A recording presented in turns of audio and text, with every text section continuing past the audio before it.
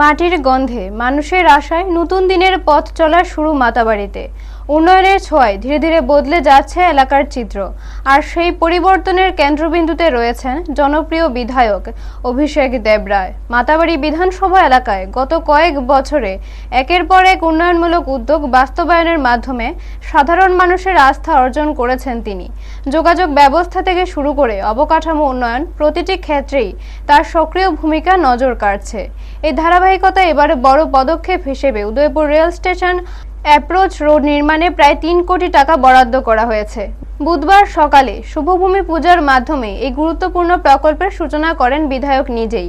সংশ্লিষ্টদের মতে রাস্তাটি নির্মিত হলে এলাকার যোগাযোগ ব্যবস্থায় আমূল পরিবর্তন আসবে এবং হাজার হাজার মানুষ সরাসরি উপকৃত হবেন।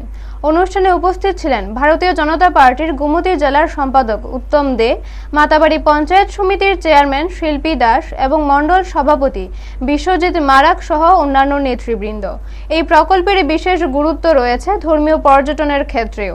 মাতাবাড়ির ত্রিপুরা সুন্দরী মন্দির, যা অন্যতম পবিত্র সতীপীঠ হিসেবে পরিচিত, সেখানে প্রতিদিন দেশ বিদেশ থেকে অসংখ্য ভক্তদের আগমন ঘটে।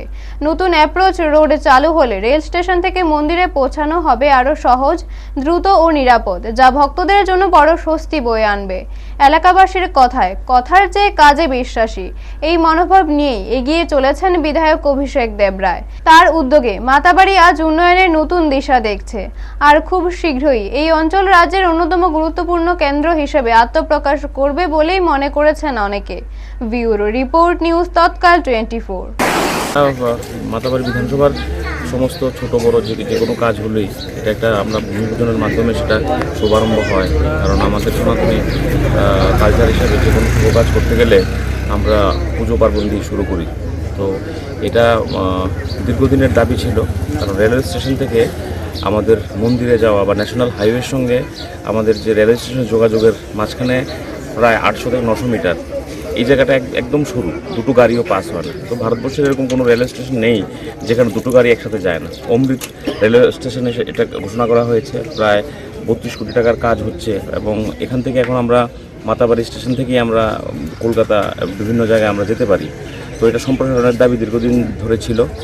তো সেটাকে মান্যতা দিয়ে মাননীয় মুখ্যমন্ত্রী প্রফেসর মানিক সাহা মহোদয় এবং আমাদের ফিনান্স মিনিস্টার মনোজ রায় মহোদয়, ওনাদের মাধ্যমে এই কাজটা স্যাংশন দেওয়া হয়েছে পিডব্লিউডি দপ্তরের মাধ্যমে।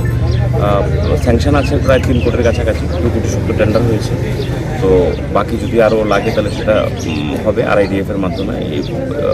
তো এটা দীর্ঘদিনের দাবি, আজকে তার কাজ শুরু হবে। তার জন্য এলাকাবাসীও খুশি, আমিও বিধায়ক হিসেবে অত্যন্ত আনন্দিত।